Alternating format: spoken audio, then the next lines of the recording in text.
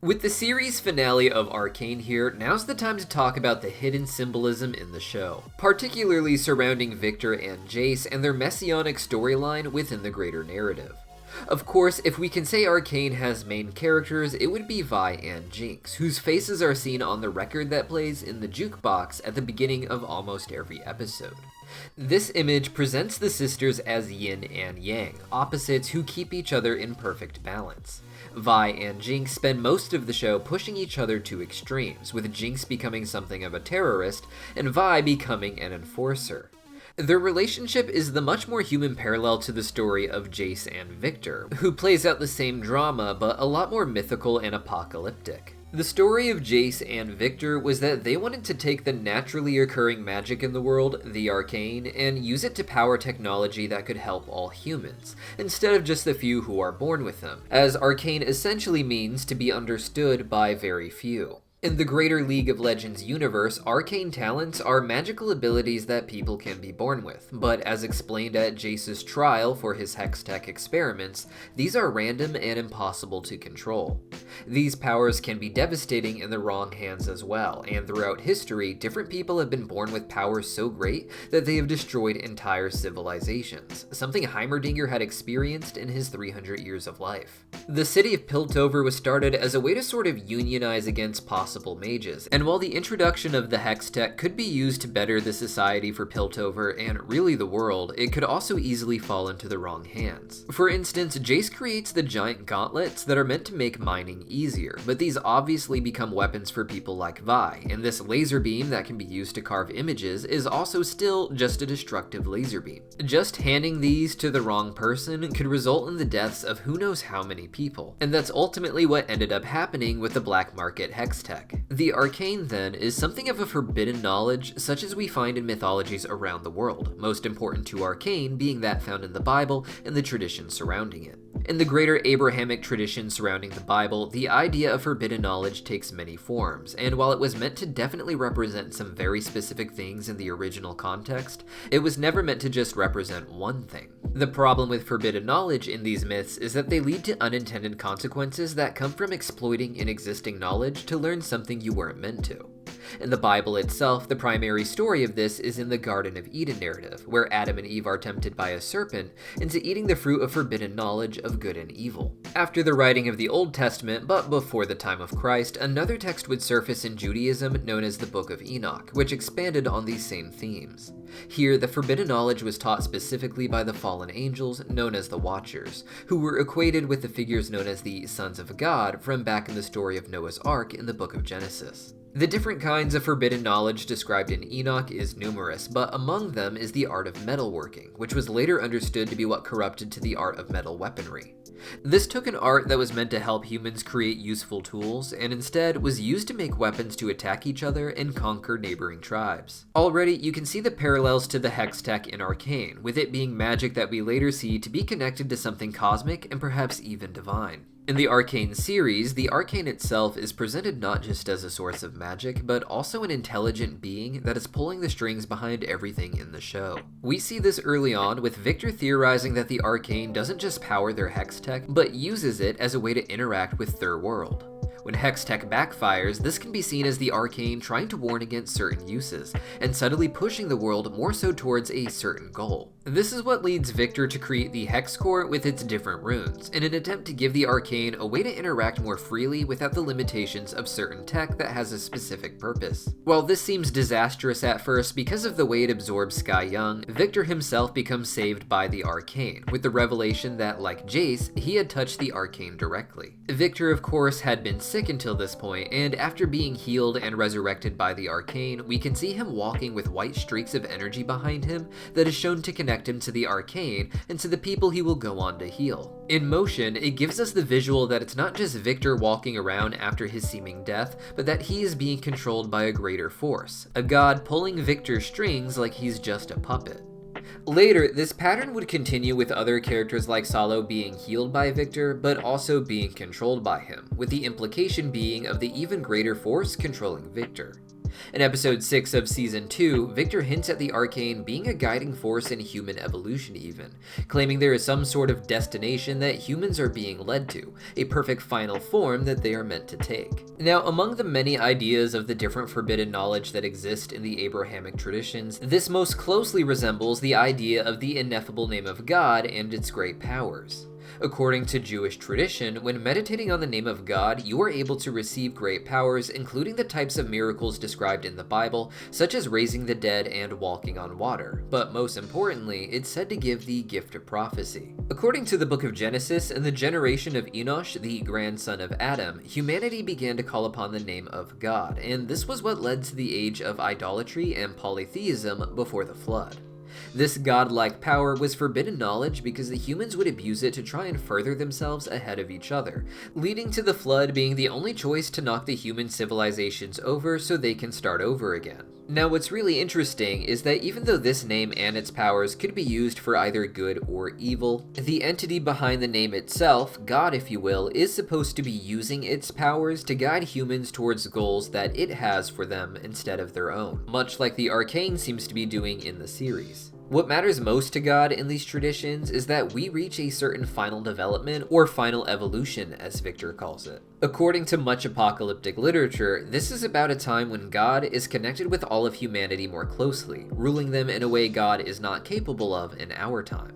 This is a time the book of Revelation describes as having no pain or death or mourning, for God has ended those things. This plays out in the show through Viktor, who is able to heal all of the sick and wounded, keeping alive people who should be dead in his special commune in Zon, though this has darker implications later in the show. Of course, all of these depictions of Viktor have obvious similarities to Jesus, known for his death and rebirth story, as well as healing the sick.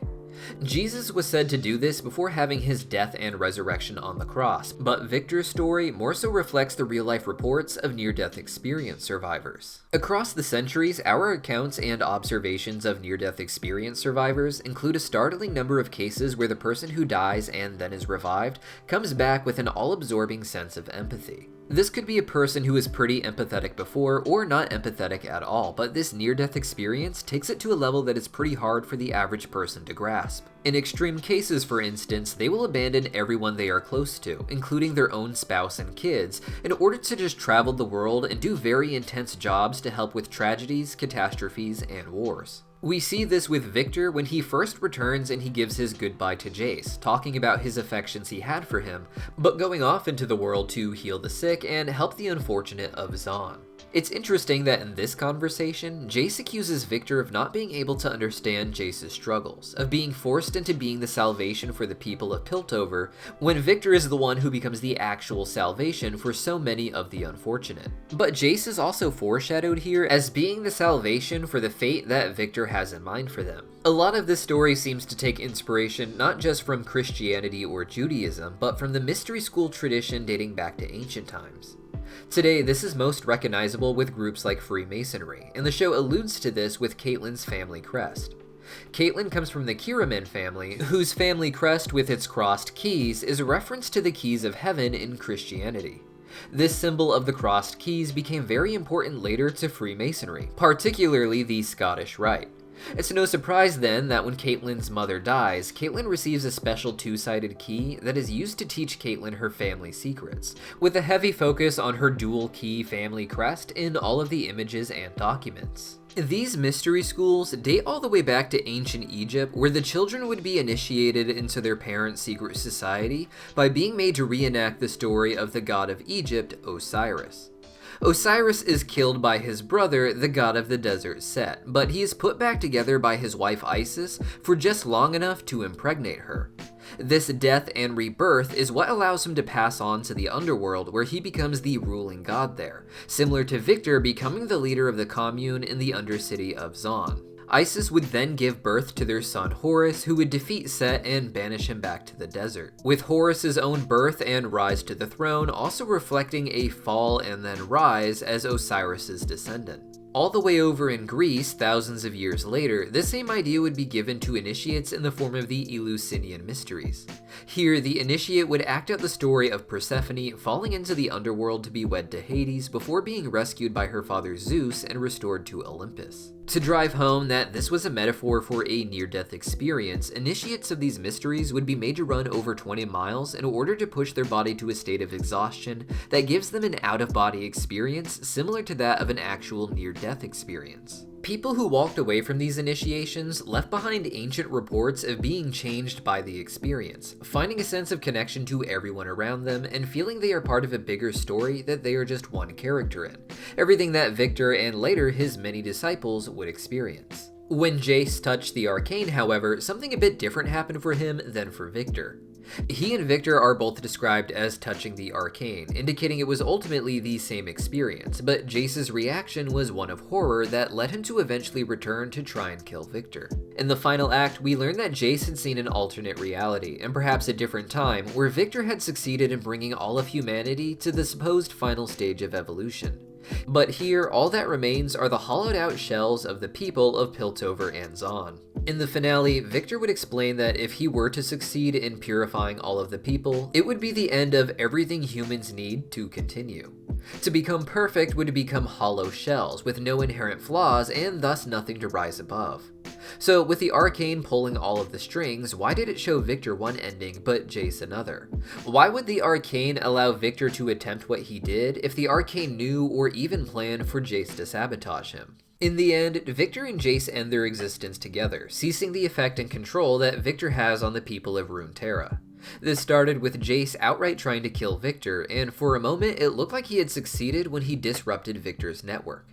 This resembles the story of Jesus and Judas, with Viktor being betrayed by the person closest to him, a disciple of his, if you will. Judas was one of Jesus' 12 disciples, with Judas betraying Jesus by selling him out to the Roman authorities, leading to Jesus being put to death on the cross. This is what was necessary, however, for Jesus to die for our sins, as well as to experience his resurrection, where he comes back spiritually enlightened and more powerful. Just as Viktor does after seemingly being killed by Jayce at the end of episode 6, only to come back in an even crazier form, one where he has this magnificent halo similar to that found on Jesus Christ in various artwork throughout history. This makes it seem like Jayce's first attack on Viktor was all a part of Viktor's plans, but even with this step towards the final destination of evolution, Jayce's appeal to Viktor's human side does end up stopping the global connection of the Arcane through Viktor. Is it possible then that this too was what the Arcane wanted all along? The Arcane wants to guide humans and doesn't seem to be afraid to mislead them in order to do this, and if the Arcane's goal was not actually the final evolution of humans, but just progress towards peace between Piltover and Zaun, this would be one way to do it. The Arcane didn't accomplish this just by showing Viktor one thing when he touched the Arcane and Jayce another, but Heimerdinger and especially Echo were also given specific experiences that made them play a role in defeating Viktor. While exploring an alternate reality where Vi died and Powder grew up to be rather stable, Echo realized that there was some sort of purpose to Jinx being exactly the kind of person that she was in his original reality, despite her being something of a monster there. Echo did not just see an alternate reality because of the Arcane, but it convinced him that some greater power had some greater plan for Jinx in his world, and he invented time travel just to prove it, and act like a higher power himself. With his time loop powers, he was able to guide Jinx towards the outcome he thought was best for her and best for Runeterra, the way the Arcane had done with him. It was by creating this conflict with the Arcane itself that the Arcane would have united Piltover and Zaun to some degree, with the other outcome being just the complete destruction of both sides if Viktor was to continue. This is implied maybe to be the Arcane pulling the strings behind Viktor, but he also seems to be pulling the strings with Jayce from the alternate reality. While our Viktor did want to create the spiritual hive mind he thought would perfect human evolution, it was the alternate Viktor that sent Jayce on his mission to actually stop Viktor from accomplishing this in the original dimension. This plays not into one particular myth, but into the esoteric tradition of mythology as a whole, which tells a more unified story when different cultures are lined up together. In the Greek tradition, for instance, the forbidden knowledge was taught by the god Prometheus, who was seen as an equivalent to the serpent from the Garden of Eden. In writings like Theogony or Works and Days, Prometheus is presented as purposely going against the chief god Zeus in order to give humans forbidden knowledge, such as the gift of unwearying fire. In doing this, Prometheus angers Zeus, who punishes the humans and then chains Prometheus to the earth, where every day an eagle eats his liver, and every night it painfully regrows so that the eagle can eat it again. This was a punishment similar to the Watchers of the Book of Enoch, where the leaders of the fallen angels were chained to a pit within the earth. The name Prometheus, however, is Greek for foresight, and Prometheus is presented as having the ability to see the future in his myths and writings. Because of this, Prometheus knew that he would be punished for giving humans forbidden knowledge, and even that humans would be punished as well. But he foresaw that this would lead to an even better future for the both of them, one where even Prometheus would be set free. This would come from Zeus himself, who would send his own divine descendant to unchain Prometheus once Zeus had forgiven him. This tradition has echoes all the way over in the Nordic mythologies with the story of Odin, Balder, and Loki. In Norse mythology, many gods can be taught how to see the future, with Odin going to great lengths in order to see his fate as well as the fate of his children. He gives up one of his eyes in order to see the final battle known as Ragnarok, or the Twilight of the Gods, called such because Odin and many of his children like Thor will die in that battle against Loki and his children. Odin giving up his eye to see this vision represents giving up his ability to see the future in general, as he chooses to accept this fate for himself because of what he sees for his son. Despite Odin seeing that he and even his son Thor will die in the apocalyptic battle at the hands of Loki, he saw that this would lead to a peaceful future, one where his son Balder would live in peace with his brother god Hoder in nature. Like with Prometheus, here we have the story of a figure who was taught foresight, but gives up not just this gift, but everything he has in order to leave a future world where there is only peace. This story wasn't just used as inspiration for Jace and Victor in Arcane, but with Jinx and Vi for their story on their more human level as well. Here, we have the story of two sisters who were yin and yang, forces that when put into the right balance, bring each other to the most crazy extremes necessary for the Arcane's bigger plan to transpire. In the end, the two end up coming together despite how far apart they fell, choosing to embrace who they became after what they'd done, not ignoring that it was because of each other, but really embracing it. In the final episode, Jinx acknowledged the effect that Vi had on her life, being the one who gave her the nickname that changed her from who she was before, Powder, into the scary terrorist and the hope for Zom. But here, Jinx decides that she had been shaped specifically so that she could save Vi not just from Vander or from herself, but rather she was here to save Vi from Vi's own ability to forgive.